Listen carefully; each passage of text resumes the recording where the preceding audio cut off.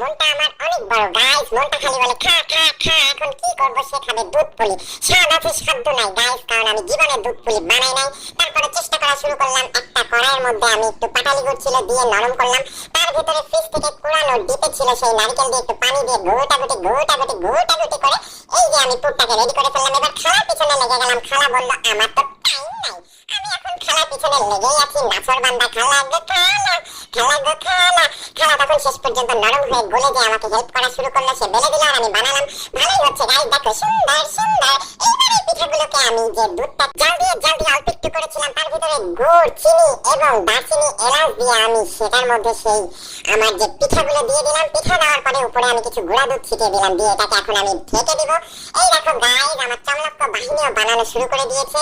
এইবার ঢাকনা খুললেই রেডি ইয়ামি ইয়ামি ইয়ামি অনেক মজার এই দুধ পুলি। মানে এটা আমি বানাইছি, আমার তো আসলে বিশ্বাসই হচ্ছে না। পুরাই রসমালাই,